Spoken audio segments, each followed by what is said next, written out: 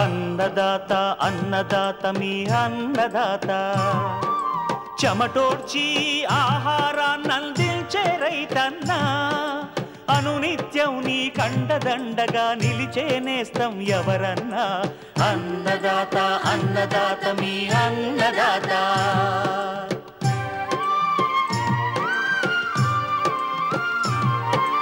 నూతన రీతుల సాగుబడికి నూరింతలు పెరిగే దిగుబడికి సూచనలిచ్చే సస్య రక్షణకు పశు పోషణకి శాస్త్ర విజ్ఞానం అందించి ముందుకు నడిపే తెలుగు రైతు భారతదేశానికి మకుటం అయ్యేలా తీర్చిదిద్దే ఆశయంతో మిమ్ము మేలు కొలిపేది అన్నదాత అన్నదాత అన్నదాత మీ అన్నదాత అన్నదాత అన్నదాత మీ అన్నదాత. అన్నదాత ప్రేక్షకులకు నమస్కారం. ఈనాటి ముఖ్యాంశాలు: రబీలో మంచి దిగుబడినిస్తున్న వరి రకాలు, నిజామాబాద్ రైతు అనుభవాలు, మామిడికాయ నాణ్యతను దెబ్బతీసే పురుగులు, సస్యరక్షణ చర్యలు, ఇంకా జై కిసాన్ వ్యవసాయ సమాచారం.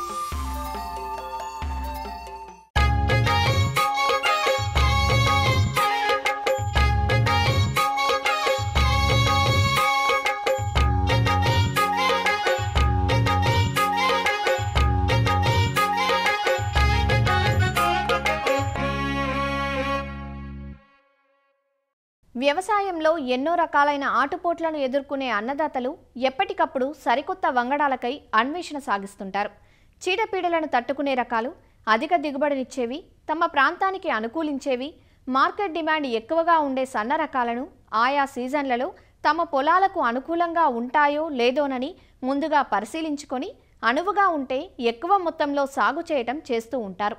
అలా నేరుగా పరిశోధనా స్థానాల నుంచి కొత్త రకాలను తీసుకొచ్చి ప్రయోగాలు చేసిన అనంతరం సత్ఫలితాలు వచ్చిన రకాలను తోటి రైతులకు పరిచయం చేసే అభ్యుదయ రైతునే ఇప్పుడు మీరు చూడబోతోంది. రబీలో సాగు చేసిన ఒక 2 రకాలు మంచి ఫలితాలు ఇచ్చాయంటున్న ఆ రైతు అనుభవాలను చూసేద్దాం రండి. మరి వరి పొలం మధ్య నుంచి ఇటుగా నడిచి వస్తున్న ఈ రైతు రవిరాజా నాయుడు. నిజామాబాద్ జిల్లా నందిపేట మండలం ఆంధ్రానగర్ గ్రామంలో వ్యవసాయంపై మక్కువతో సాఫ్ట్వేర్ రంగాన్ని వదిలి 13 ఏళ్లుగా ఈ రంగంలో స్థిరపడ్డారు. వరిలో రైతులంతా మరిచిపోయిన మానేరు సోనా అనే పాత రకం నుంచి గత ఏడాది ఖరీఫ్లో మంచి దిగుబడులు సాధించి ఆ రకం ప్రాముఖ్యతను అందరికీ గుర్తు చేశారు. అలా ఖరీఫ్లో మానేరు సోనా అంటే JGL 3828తో పాటు మార్టేరు సాంబా MTU 1224 రకాలను 6 ఏళ్లుగా సాగు చేస్తూ ఎకరాకు 35 క్వింటాళ్ల దిగుబడులు సాధిస్తున్నారు. కాగా ప్రస్తుత రబీలో 2 రకాలను సాగు చేశారు. అవి JGL 3844, NLR 3354.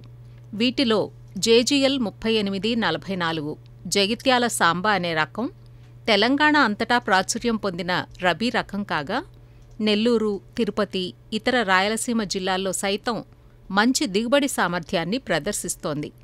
ఈ రకం నుంచి రైతులు ఎకరాకు 33 నుంచి 34 క్వింటాళ్ల వరకు దిగుబడులు సాధిస్తున్నారు.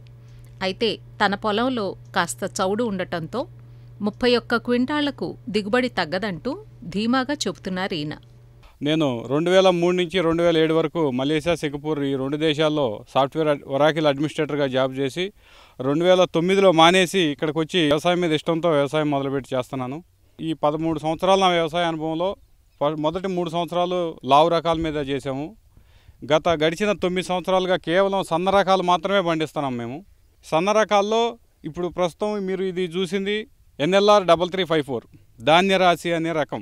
ఇప్పుడు నేను ఇది 2 ఖరీఫ్లు చూశాను. ఇది చూస్తే ఇది 3వ రబీ పంట. అంటే ఇప్పుడు మొత్తం 5 పంటలు చూశాను నేను దీని కాల పరిమితి 125 రోజుల నుంచి 130 రోజుల లోపే. ఈ కాల పరిమితిలో ఈ సంవత్సరం గమనించింది ఏంటంటే 30 నుంచి 32 క్వింటాల దిగుబడి వస్తుంది ఈ రకం. అయితే ఈ సంవత్సరం జనవరి, ఫిబ్రవరి ఈ 2 నెలల్లో డే టెంపరేచర్ అంటే పగటి ఉష్ణోగ్రతలు తక్కువ ఉండటం వల్ల కాల పరిమితి ఈ సంవత్సరం పెరిగింది. 3844 రబీకి రాజులాగా చెప్తాం దాన్ని మేము. 32 క్వింటాలు తగ్గకుండా దిగుబడి వస్తుంది, ఎటువంటి తెగుళ్ళు లేకుండా, పడిపోకుండా. గింజ 1000 గింజల బరువు 13.5 నుంచి 14.5 గ్రాముల బరువుతో, మంచి భూములు అయితే 15 గ్రాములు కూడా వచ్చింది. అటువంటి రకం మేము డిసెంబర్ 1కు నాటినా, జనవరి 1కు నాటినా, ఎప్పుడు నాటినా 135 డేస్లో వచ్చేది. ఈసారి అది 150 డేస్ అయింది. ఈ 3354 కూడా ఈసారి కొద్ది కాల పరిమితి 10 రోజులు పెరిగింది. మేము పొలం నాటేటప్పుడు 75 కిలోల డిఏపిలో 15 కిలోల potash, MOP muriate of potash, ఒక 15 కిలోల యూరియా కలిపి వేసాను. తర్వాత మళ్ళీ ఒక 18 రోజుల తర్వాత మళ్ళీ ఒక 45 కిలోల యూరియాలో ఫార్ములా 7 సీవీడ్ ఎక్స్ట్రాక్ట్, ఈ 3 కలిపి అప్లై చేశాను. మళ్ళీ 40 నుంచి 45 రోజుల మధ్యలో మళ్ళీ ఒక 40 కిలోల యూరియాలో మళ్ళీ యూమిక్ యాసిడ్, మళ్ళీ ఒక 15 కిలోలు 20 కిలోల మధ్యలో ఎంఓపి మ్యూరేట్ ఆఫ్ పొటాషు, ఈ 2 కలిపేసాను. రబీలో కూడా 2 సార్లే, అంటే 45, 40, 85 కిలోలు మాత్రమే యూరియా వేసాను నేను. ఇంక అంతకన్నా ఎక్కువ వేయలేదు, ఎందుకంటే నాకు అంతకన్నా అవసరం రాలేదు ఈ రకానికి. స్థూల పోషకాలు ఎట్లయితే అందిస్తామో అట్లాగే ద్వితీయ పోషకాలైన సిఎంఎస్, ముఖ్యంగా సూక్ష్మ పోషకాలు తప్పకుండా సాయిల్ అప్లికెంట్లో ఇస్తాను, ఒకసారి తప్పకుండా స్ప్రే చేస్తాం. నాటిన తర్వాత ఒక 20 రోజులకి ఫెనోస్కిక్ 1, హెక్సాగోంజోల్ 2 స్ప్రే చేశాను. బిర్రు పొట్ట మీద తెల్లకంకి రాకుండా ఎన్సిపిఓ, టిబుకోంజోల్, ఈ 2 కలిపి వాడాను.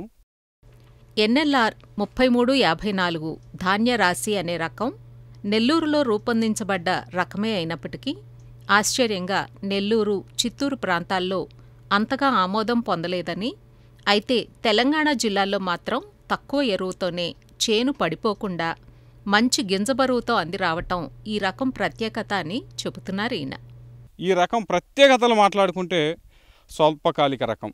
1000 గింజల బరువు, 13.5 గ్రాముల బరువుతో గింజ నాణ్యత, ఎటువంటి పొట్ట తెలుపు లేని రకం, అసలు పడిపోవటం అంటూ లేదండి. ఇక దీనికి ఇప్పుడు నేను 5 పంటలు సాగు చేస్తే, ముఖ్యంగా రబీ పంటల్లో ఇది 3వ పంట కాబట్టి, మొదటి సంవత్సరం నాకు 32 క్వింటాలు వచ్చింది, లాస్ట్ టైము 31 క్వింటా వచ్చింది. ఈ సంవత్సరం 30, 31 ఈ మధ్యలోనే రావచ్చు. పైరును చూస్తే అట్లాగే అనిపిస్తుంది.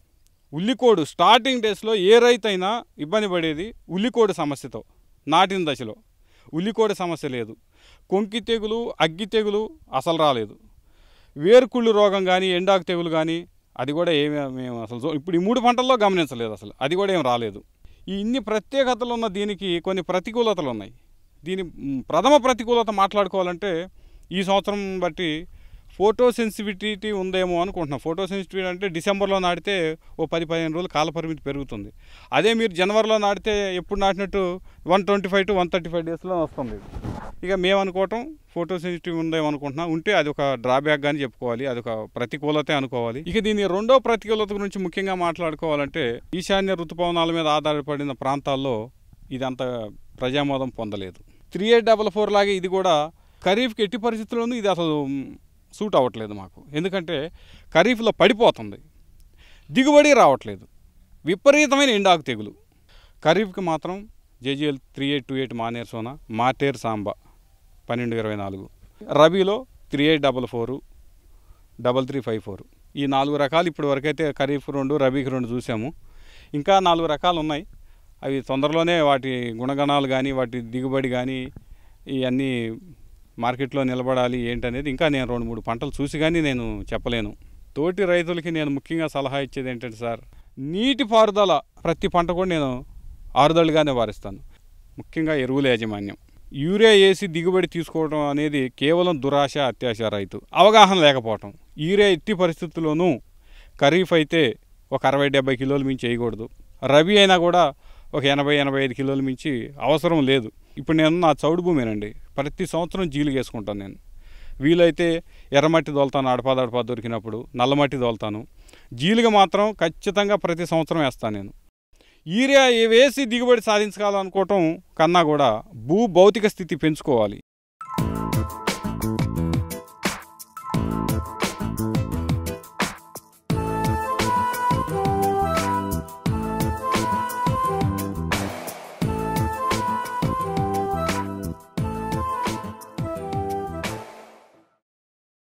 పండ్లలో రారాజు మామిడి.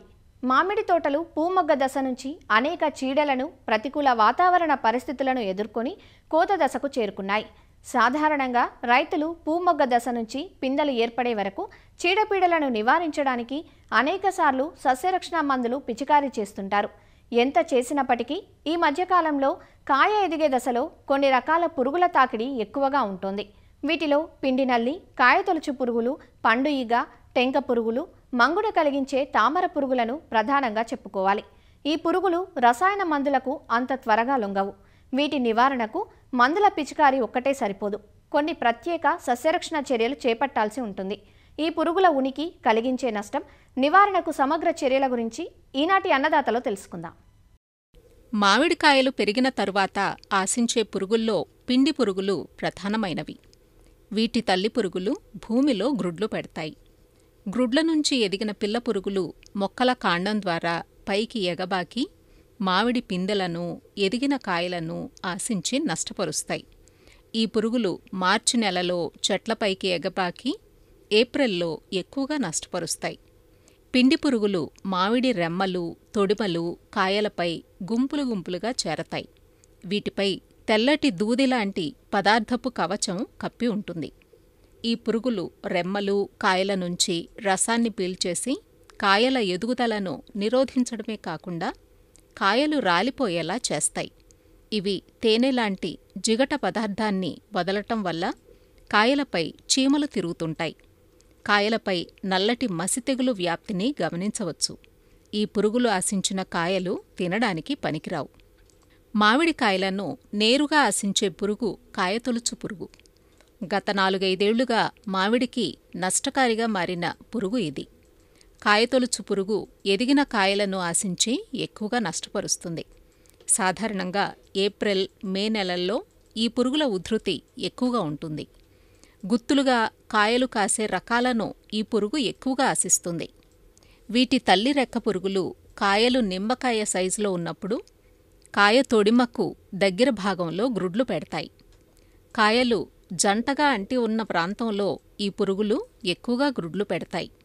గ్రుడ్ల నుంచి వచ్చిన పురుగులు కాయలోకి రంధ్రాలు చేసుకుని వెళ్లి గుజ్జును తినేస్తాయి. దీంతో కాయలు కుళ్ళి రాలిపోతాయి. ఆఖరి దశలో ఈ పురుగులు కాయలోని జీడిని కూడా తినేస్తాయి. ఈ పురుగుల జీవిత చరిత్ర 30 రోజుల్లో ముగుస్తుంది. కనుక వీటి బెడద పంటకు 1 కంటే ఎక్కువసార్లు ఉండే అవకాశముంది. మామిడికాయలకు తీవ్ర నష్టం వాటిల్ల చేసే మరో పురుగు పండు ఈగ. ఇటీవలి కాలంలో పండ్ల తోటలను పండు ఈగ అధికంగా నష్టపరుస్తోంది. ఆలస్యంగా కోతకొచ్చే మామిడి రకాల్లో ఈ పురుగుల బెడద అధికంగా ఉంటుంది. కాయలను బయట నుంచి చూస్తే ఎలాంటి నష్టం అగుపించదు. పిందెలుగా ఉండగానే పండిపోతాయి. పురుగు తల్లి ఈగలు ఏప్రిల్, మేలో బాగా ఎదిగిన కాయల చర్మంపై గ్రుడ్లను కంటికి కనిపించని సన్నని రంధ్రాల్లో చొప్పిస్తాయి. గ్రుడ్ల నుంచి వచ్చిన పిల్ల పురుగులు గుజ్జును తింటూ నష్టం కలిగిస్తాయి. ఇవి ఆశించిన భాగం మెత్తబడి కుళ్ళిపోయి కాయలు రాలిపోతాయి. ఈగలు ఆశించిన కాయలు తినడానికి గాని ప్రాసెసింగ్కు గాని పనికిరావు. మామిడికాయ నాణ్యతను దెబ్బతీసే మరో పురుగు టెంక పురుగు. మామిడి గుజ్జు పరిశ్రమకు బాగా ఇబ్బందికరంగా పరిణమించిన వాటిలో టెంక పురుగును ప్రధానంగా చెప్పుకోవాలి. వీటి తల్లి పురుగులు కాయలు నిమ్మకాయ సైజులో ఉన్నప్పుడు ఏప్రిల్ మాసంలో కాయలపై గ్రుడ్లు పెడతాయి.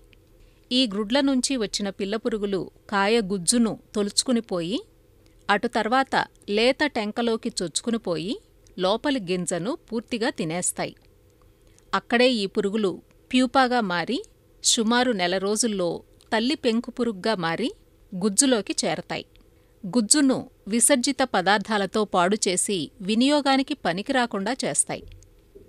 మామిడికాయలను పాడుచేసే ఈ కాయతొలుచు పురుగు, పండు ఈగ, టెంక పురుగుల నివారణకు సమగ్ర చర్యలు చేపట్టడం ఎంతైనా అవసరం. మామిడి తోటలను చెత్తా చెదారం లేకుండా పరిశుభ్రంగా ఉంచుకోవడం ముఖ్యం. దీనివల్ల తల్లి దశలు, నిద్రావస్థలోని ప్యూపా దశలు ఆవాసం లేకుండా తొలి దశలోనే నశిస్తాయి. పురుగులు ఆశించి రాలిన కాయలను ఎప్పటికప్పుడు తోటల నుంచి తీసేసి కాల్చివేయాలి. పండు ఈగలను తొలి దశలోనే నివారించేందుకు ఎకరాకు 6 నుంచి 8 మిథైల్ యూజినాల్ ఫెరమోన్ ఎరలను తోటల్లో అమర్చుకోవాలి. ఈ ఎరలను ఫిబ్రవరి, మార్చ్, ఏప్రిల్ నెలల్లో సుమారు 5 నుంచి 6 అడుగుల ఎత్తులో మామిడి చెట్ల కొమ్మలకు వ్రేలాడదీయాలి. ఈ ఎరల నుంచి వచ్చే వాసనకు ఆకర్షితమై మగ ఈగలు అందులో పడి చనిపోతాయి. పండు ఈగ నష్టం నుంచి మామిడికాయలను కాపాడుకోవడానికి ఇటీవల కొన్ని పద్ధతులు అందుబాటులోకి వచ్చాయి. మామిడికాయలు నిమ్మకాయ సైజులో ఉన్నప్పుడే ఫ్రూట్ కవర్లు తొడగటం ద్వారా పండు ఈగ నష్టం నుంచి కాపాడుకుని నాణ్యత గల మామిడికాయలను పొందవచ్చు. అంతేకాకుండా రసం పీల్చే పురుగుల నుండి, వాతావరణ మార్పుల వల్ల కలిగే నష్టాల నుంచి కాపాడుకోవచ్చు. ఇదే కాకుండా ఇటీవల కాలంలో ఆకర్ష్ మీ అనే మందు అందుబాటులోకి వచ్చింది. 250 గ్రాముల ఈ మందులో 10 మిల్లీలీటర్ల ఫిప్రోనిల్ మందును కలిపి ముద్దలాగా చేసి చెట్లపైన అక్కడక్కడ పూయడం వల్ల పండు ఈగలు వాటిని తిని చనిపోతాయి. ఈ విధానాలు ఆచరించడం ద్వారా మామిడి తోటల్లో పండు ఈగ ఉధృతిని తగ్గించి మంచి రంగు, నాణ్యతతో కూడిన కాయలను పొందవచ్చు. మామిడి పిందెలు నిమ్మకాయ సైజులో ఉన్నప్పుడు చెట్లలోని కాయలను రైతులు నిశితంగా గమనిస్తూ ఉండాలి.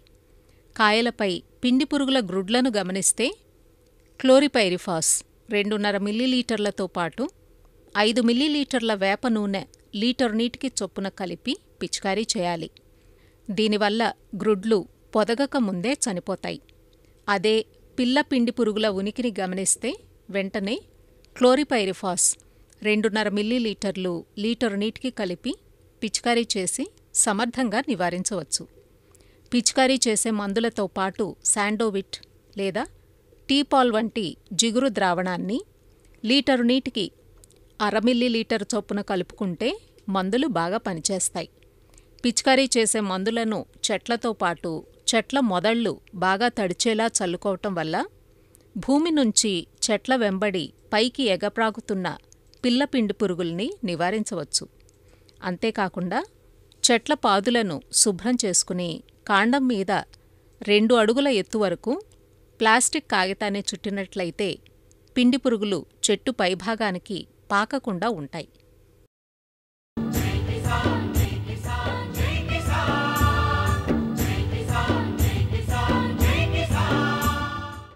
వ్యవసాయ సమాచారం ఇప్పుడు జై కిసాన్లో చూద్దాం. పశువుల బీమా పథకం అమలులో నూతన మార్పులు చేపట్టినట్లు నెల్లూరు జిల్లా పశుసంవర్ధక శాఖ అధికారులు తెలిపారు. పాడి పశువులు, జీవాల పెంపకందారులకు ప్రయోజనం చేకూరనుందని వివరించారు. గతంలో 5 పశువులకు మాత్రమే బీమా చేసుకునే అవకాశం ఉండేదని, ప్రస్తుతం 10 పశువుల వరకు బీమా చేసుకునే అవకాశం ఉన్నట్లు వివరించారు. అలానే జీవాల పెంపకందారులు 100 గొర్రెల వరకు ఇన్సూరెన్స్ చేసుకునే అవకాశం కల్పించినట్లు వివరించారు. గతంలో మేలుజాతి పశువుకి 384 రూపాయలు ప్రీమియం చెల్లిస్తూ ఉండగా ప్రస్తుతం ఒక పశువుకు 288 రూపాయలు ప్రీమియం చెల్లిస్తే సరిపోతుందన్నారు. సాధారణ పశువుకు 192 రూపాయలు ఉండే ప్రీమియంను ప్రస్తుతం 144 రూపాయలు కుదించినట్లు వివరించారు. అలానే ఒక్కో గొర్రెకు 36 రూపాయలు చెల్లిస్తూ ఉండగా ప్రస్తుతం 27 రూపాయలు చెల్లిస్తే సరిపోతుందన్నారు. మేకలకు 54 రూపాయలు ఉండే ప్రీమియంను ప్రస్తుతం 40 రూపాయలు చేసినట్లు వివరించారు. ఈ అవకాశాన్ని జిల్లాలోని పాడి రైతులందరూ సద్వినియోగం చేసుకోవాలని ఆయన కోరుతున్నారు. 25-26 ఆర్థిక సంవత్సరానికి పశు బీమా పథకంలో కొన్ని మార్పులు చేస్తూ మనకి గైడ్లైన్స్ రావడం జరిగింది. వాటిలో భాగంగా గతంలో రైతు యొక్క వాటా 20% కట్టవలసి ఉన్నది. ఇప్పుడు దాన్ని 15%కి తగ్గించారు. అలాగే 85% సబ్సిడీ వస్తుంది ప్రభుత్వం నుంచి. కాబట్టి ఈ నెల్లూరు జిల్లాలో ఉన్న పశు పోషకులందరూ పశు బీమా పథకాన్ని ఉపయోగించుకొని వాళ్ళందరూ వాటి పశువులను వాళ్ళు ఇన్సూరెన్స్ చేసుకోవాల్సిందిగా కోరుచున్నాను. గతంలో ఒక రైతుకైతే 5 గేదెల వరకు చేయించుకునే ఫెసిలిటీ ఉండేది. కానీ ఇప్పుడు కొత్త నిబంధనల ప్రకారంగా 10 వరకు గేదెలు కానీ ఆవులు కానీ ఇన్సూరెన్స్ చేసుకోవచ్చు. వాటికి గ్రేడెడ్ అయితే 30,000 నష్టపరిహారం చెల్లిస్తారు. లోకల్ బ్రీడ్ అయితే 15,000 నష్టపరిహారం చెల్లిస్తారు. అదేవిధంగా గతంలో పశు బీమా కింద దాదాపు 50 గొర్రెల వరకే ఇన్సూరెన్స్ చేసుకునే సౌలభ్యం కలదు. కానీ ఇప్పుడు ఒక షెపర్డ్ 100 గొర్రెల వరకు ఇన్సూరెన్స్ చేసుకోవచ్చు. గతంలో గొర్రెలు కానీ మేకలు కానీ 1-2 చనిపోయినా కానీ ఇన్సూరెన్స్ రావట్లేదు. అయితే అది livestock loss compensation scheme కింద ఇంతకుముందు గత ప్రభుత్వంలో ఉండేది. ఇప్పుడు ఆ నిబంధన ఎత్తివేశారు. ఇప్పుడు 1 కానీ 2 కానీ చనిపోయినా కానీ ఒకదానికి నష్టపరిహారము ఒక గొర్రెకి కానీ మేకకు కానీ 6,000 రూపాయలు చెల్లించబడుతుంది. ఉమ్మడి గుంటూరు జిల్లాలోని బాపట్ల, గుంటూరు, పల్నాడు, ఏరువాక కేంద్రాల సమన్వయ సంఘం సమావేశాలు జరిగాయి. వ్యవసాయ అనుబంధ శాఖ అధికారులు, ఆదర్శ రైతులు ఈ సమావేశాల్లో పాల్గొని పలు అంశాలపై చర్చించారు. వ్యవసాయ విస్తరణ సేవలు అధిక శాతం రైతులకు చేరాలనే లక్ష్యంతో ఏరువాక కేంద్రాలు పనిచేయాలని శాస్త్రవేత్తలు సూచిస్తున్నారు. పరిశోధనలో వచ్చిన అంశాలను రైతులు సద్వినియోగం చేసుకుని మంచి ఫలితాలు సాధించాలని చెబుతున్నారు. ఇప్పుడు ఏరువాక కేంద్రాల్లో జిల్లా స్థాయి సమన్వయ కమిటీ సమావేశాలు అనేవి జరుగుతున్నాయి. వీటిలో ముఖ్యంగా ఏంటంటే ఆచార్య ఎన్జీ రంగా వ్యవసాయ విశ్వవిద్యాలయం అనేది 12/6/1964లో స్థాపించబడింది. అప్పుడు ఆంధ్రప్రదేశ్ వ్యవసాయ విశ్వవిద్యాలయంగా ఉంది. ఆ తర్వాత రంగా గారి సేవలను గుర్తించి ఆచార్య ఎన్జీ రంగా వ్యవసాయ విశ్వవిద్యాలయంగా 7/11 నవంబర్ 7, 1996లో ఈ యూనివర్సిటీని పేరు మార్చడం జరిగింది. ఆ తర్వాత విస్తరణ సేవలను రైతులకు అందించే ఉద్దేశంతో ఈ ఏరువాక కేంద్రాలు అనేది 1998 డిసెంబర్లో ప్రతి జిల్లాలోనూ మార్కెట్ కమిటీల్లో ఏర్పాటు చేయడం జరిగింది. ప్రతి జిల్లాలోనూ వ్యవసాయ పరిస్థితులకు అనుగుణంగా పంటల సరళి, వాటిలో వచ్చే సమస్యలు ఏంటి, ఆ సమస్యలకు అనుగుణంగా కొత్త రకాలను కానీ నూతన సాంకేతిక పరిజ్ఞానాన్ని కానీ రైతుల పొలాల్లో పరిశీలించి తద్వారా రైతులకు ఎక్కువగా మంది ఆ శాస్త్ర సాంకేతిక పరిజ్ఞానం వినియోగించుకొని రైతుల ఆదాయాన్ని పెంచడానికి అనే ముఖ్య ఉద్దేశంతో ఏరువాక కేంద్రాలు కానీ కృషి విజ్ఞాన కేంద్రాలు కానీ పనిచేస్తున్నాయి. ముఖ్యంగా మనకేంటంటే వ్యవసాయ పరిస్థితుల్లో ముఖ్యంగా వరి కానీ మనకి ప్రధాన పంటగా వరి, ఆ తర్వాత రబీ పంటలుగా మొక్కజొన్న, జొన్న మరియు శనగ, వేరుశెనగ రకరకాల పంటలను వేస్తుంటారు. ఏ పంటలోనైనా సాంకేతిక పరిజ్ఞానాన్ని వినియోగించే విధంగా జిల్లా వనరులని అభివృద్ధి చేస్తూ జిల్లా వ్యవసాయ పరిస్థితులను బట్టి ఆ పంటల సరళిలోని అధిక ఆదాయాన్ని ఇచ్చే పంటల్ని జోడించి తదనుగుణంగా రైతు దిగుబడినైనా పెంచడంలో కానీ, రైతుకి ఖర్చు తగ్గించడంలో కానీ, అట్లానే రైతు ఆదాయాన్ని పెంచడంలో కానీ, రైతుకి పరిజ్ఞానాన్ని ఇవ్వటం కానీ, నైపుణ్యతను పెంచడం కానీ, అనేక వ్యవసాయ ఉత్పత్తులను ఉపయోగించుకొని విలువ ఆధారిత ఉత్పత్తులను తయారు చేసి వాళ్ళ ఆదాయాన్ని మెరుగుపరచడానికి ఉద్దేశంతో ముఖ్యంగా ఈ ఏరువాక కేంద్రాలు అనేది రైతులకి, రైతు మహిళలకు, అట్లానే విద్యార్థులకు, వ్యవసాయ శాఖ, ఉద్యాన శాఖ, వివిధ శాఖల్లో ఉన్న గ్రామంలో పనిచేస్తున్న వ్యవసాయ సహాయకులకు శిక్షణా కార్యక్రమాలు నిర్వహించడం, అలాగే పంట కాలంలో వివిధ పంటలు సాగు చేస్తున్నప్పుడు రైతులకు వస్తున్న సమస్యలను గుర్తించి వాటిని మీడియా ద్వారా, రేడియో ద్వారా కానీ, టీవీ ద్వారా కానీ, అట్లానే పేపర్ల ద్వారా కానీ వాటి సమస్యలను రైతులకు తెలియజేసి తద్వారా సరైన పరిష్కారాలని కనుక్కొని తక్కువ ఖర్చుతోనే వాటిని నివారించుకునే విధంగా వివిధ సూచనలు అనేవి చేయడం జరుగుతుంది. మరిన్ని విభిన్న అంశాలతో రేపటి అన్నదాతలో మళ్ళీ కలుసుకుందాం. నమస్కారం. అన్నదాతలు తమ సందేహాలు, సమస్యలను 1800-425-4085 టోల్ ఫ్రీ నెంబర్లో ఉదయం 10 గంటల నుంచి 11 గంటల మధ్య పని దినాలలో సంప్రదించగలరు. ఈ కార్యక్రమాన్ని యూట్యూబ్లో www.youtube.com/అన్నదాత-ఈటీవీ లింక్ ద్వారా వీక్షించవచ్చు. అన్నదాత కథనాలు ఈటీవీ విన్ మొబైల్ యాప్లో వీక్షించండి.